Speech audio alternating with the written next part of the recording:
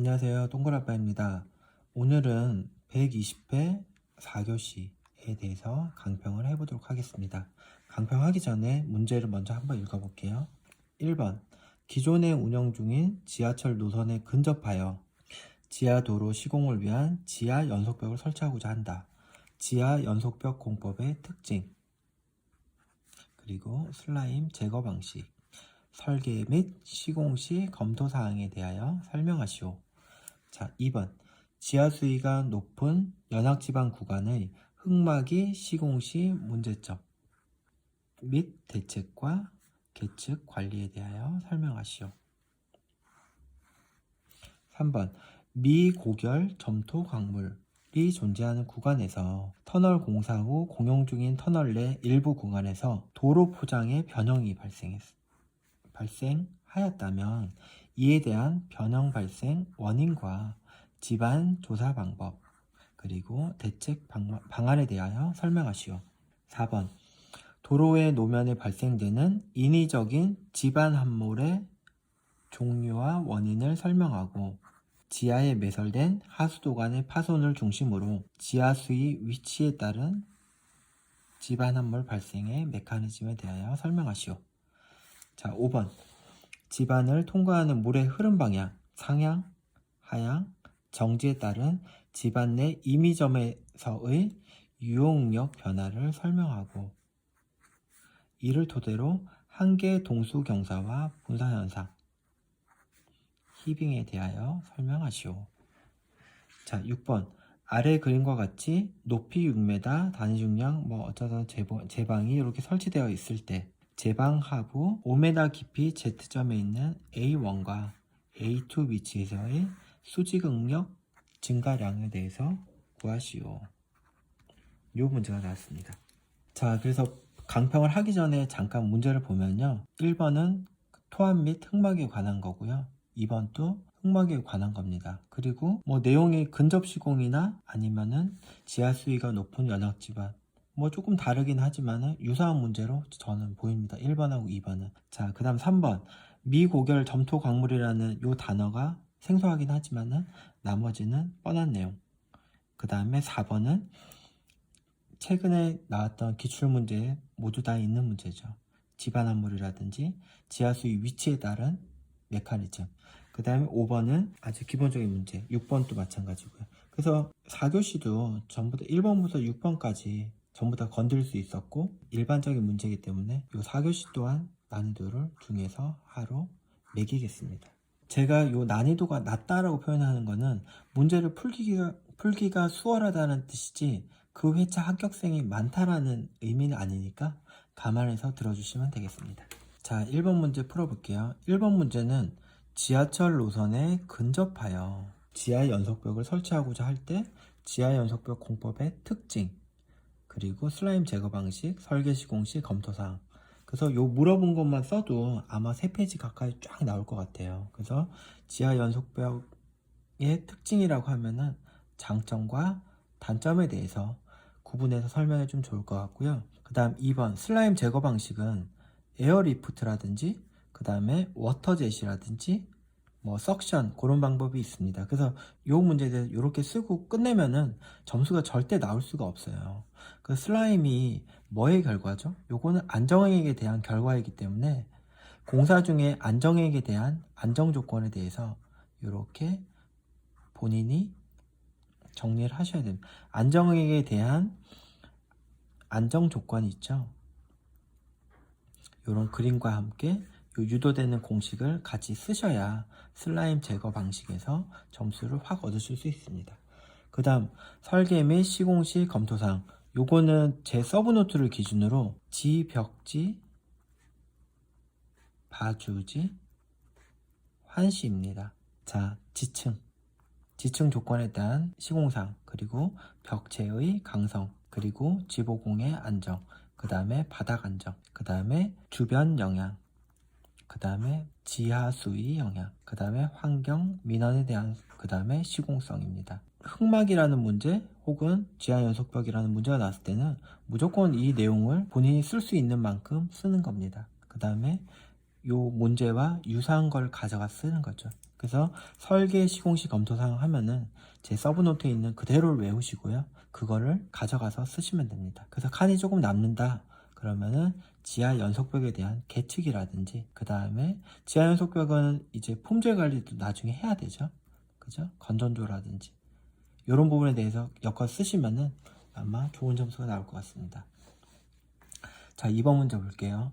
2번 문제도 똑같습니다. 지하 수위가 높은 연학집안 시공시 문제점, 대책 관리 요 사항이지만은 제가 말씀드렸던 지층, 벽체 강성, 지보공, 바닥 안정, 그리고 주변 영향, 지하 수위, 환경 민원, 그리고 시공성에 대해서 요거를 그대로 풀어서 쓰시면 똑같은 문제입니다. 1번과 2번 문제 나왔을 때는 절대 두 문제 다 선택을 하시면 안 돼요. 왜냐면 1번하고 2번 내용이 전혀 다를 수가 없거든요. 그렇기 때문에 이런 유사한 문제가 나왔을 때는 두 개 중에 한 개만 선택하는 것도 사실 요령 중에 요령이고, 어떻게 보면 노하우니까요. 잘 기억을 해두시고 나중에 이렇게 적용을 하시면 되겠습니다. 자, 3번 볼게요. 3번 미고결 점토 광물 뭐 어쩌고저쩌고 나왔는데, 이제 뭐 도로의 하부에 변형이 발생했을 때 원인, 방법, 대책에 대해서 써라 라고 했는데, 도대체 미고결 점토 광물이 뭐냐, 그죠? 미고결 점토 광물은 뭐냐면요, 퇴적물이 점점 쌓여서 암이 돼가는 요 과정의 점토 광물을 말합니다. 그냥 이암이고 셰일이다 라고 생각하고 문제를 풀면 됩니다. 근데 정확하게 뭐 이암 셰일이라고 쓰시면 안 되죠. 그죠? 근데 미고결 점토 광물이 이렇게 나쁜 암일 것 같다라는 느낌을 가지고 문제를 풀시면 됩니다. 그래서 미고결 점토 광물이 뭔지 몰라. 어쨌든 뭐 나쁜 느낌이죠. 그래서 그런 나쁜 느낌을 가지고 문제를 풀으시면 됩니다. 그래서 이런 미고결 점토 광물의 변형 발생 원인은 일반적인 나쁜 광물의 원인하고 똑같습니다. 스웰링이라든지 슬레이팅, 그 다음에 풍화의 원인이 있겠죠. 이런 거를 더불어 쓰시고, 그 다음 집안조사 방법은 터널 설계할 때는 터널 설계가 됐든 뭐가 됐든 모두 다 똑같습니다. 시추조사를 하고 물리조사 탐사를 하고요. 그 다음에 동적 시험도 가능하면 하면 좋습니다. 이렇게 쓰면 되고요. 그 다음 대책 방안은 이제 이렇게 터널이 형성되어 있으면은 요 하부 요 부분이 이제 문제가 되는 거잖아요. 그래서 집안 조사를 이렇게 한 다음에 깊으면은 이제 보강의 방법을 쓴다든지, 얕으면은 치환해버리면 되죠. 뭐 이런 식으로 흐름을 가져가실 됩니다. 자, 그래서 3번 문제는 미고결 점토 광물이라는 이런 단어에 절대 쫄지 마시고요. 나쁜 느낌이라는 것만 딱 시험장에서 캐치를 하셔가지고 본인 서브노트에 적혀있던 이런 내용대로 그대로 쓰시면 충분히 방어할 수 있습니다. 4번 보겠습니다. 도로의 노면에 발생되는 인위적인 집안 함몰의 종류와 원인. 이것도 최근에 문제 중에 나왔던 것 같은데, 뭐 인위적인 집안 함몰이라고 하면은 뭐 지하 매설물이 될 수도 있고요. 그 다음에 지하의 구조물 혹은 지하 수위 변동에 따라 있을 수가 있습니다. 그래서 이런 종류에 대해서 쓰시고 원인 이렇게 쓰시면 될 것 같습니다. 그 다음 요 지하 수위 위치에 따른 집안 함몰 메커니즘. 그래서 이렇게 관이 있을 때 지하 수위가 여기 위에 있냐 아니면 요 가운데 있냐 요 밑에 있냐에 따라서 이게 뭐 쏟아지는 뭐가 다르겠잖아요. 그러니까 요 문제 이전 118회 문제였던 것 같은데 요거 보시고 참고를 하시면 되겠습니다. 그래서 요 4번 같은 경우는 상당히 일반적이고 굳이 쓰려고 그러면은 쓰겠는데, 저 같은 경우는 이렇게 글쎄요 잘 선택을 안 할 문제였던 것 같습니다. 자, 다음 5번 문제 보겠습니다. 집안을 통과하는 물의 흐름, 그래서 뭐 임의점에 대한 유용력 변화를 설명하고, 요 문제는 요 그림 하나면 끝이 나죠. 뭐 그래서 이렇게 지하 수위가 있을 때, 그 다음에 요게 여기다가 이렇게 피조메탈을 이렇게 꽂아요. 그죠? 그래서 AA 단면에 대해서 피조메탈을 꽂았더니 요 현재 지하 수위보다 위나 혹은 아래로 간다. 요 높이가 델타 H이고 지하 수위까지의 높이가 HW일 때 이제 유용력 시그마 델타는 감마 서브의 Z Z가 되고요. 그리고 마이너스 델타 H의 W. 요 공식에 의해서 이제 유동력 변화가 어떻게 플러스 마이너스가 된다. 요거를 설명하시면 되고요. 그 다음에 한계 동수경사와 분사현상은 요 관계식에 따라 Z분의 델타 H는 감마 W분의 감마 서브가 되고요. 감마 서브식을 뒤집으면은 1 플러스 2의 GS 마이너스 1이 되죠. 그래서 요게 제로가 됐을 때 한계 동수경사, 요게 한계 동수경사이고요. 그 다음에 여기 제로가 됐을 때 분사현상이 발생된다 라는 내용을 써주시면 되겠습니다. 근데 옆에 보니까 히빙이라는 얘기가 나왔어요. 그러면은 히빙에 대한 골착에 대한 히빙의 안정조건을 묻는 걸까요? 저는 이게 아닌 것 같아요.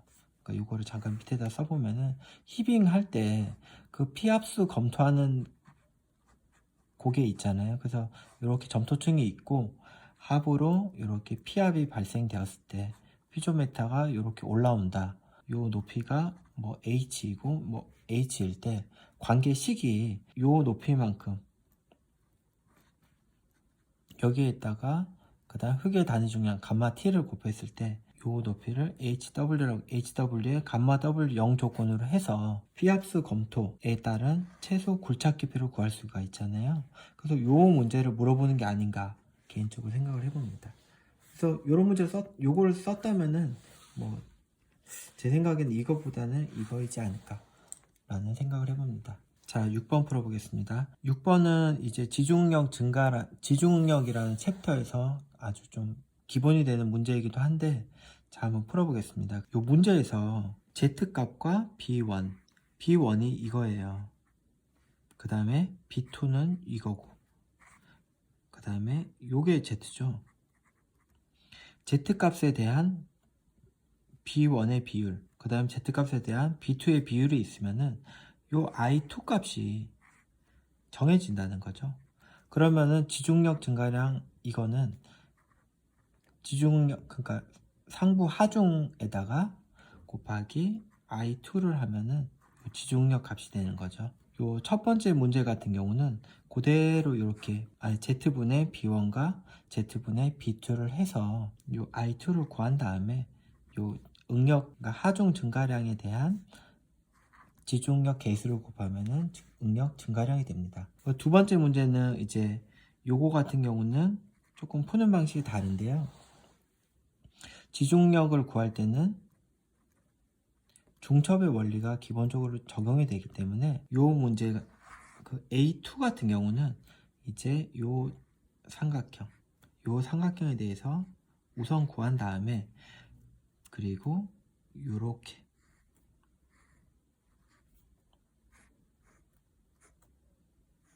요렇게 구한 것을 더하고요. 그리고 빼기 요렇게 된 거를 빼면 됩니다. 근데 요거는 뭐 미라면 요거랑 똑같은 거니까 요렇게 구하면 됩니다.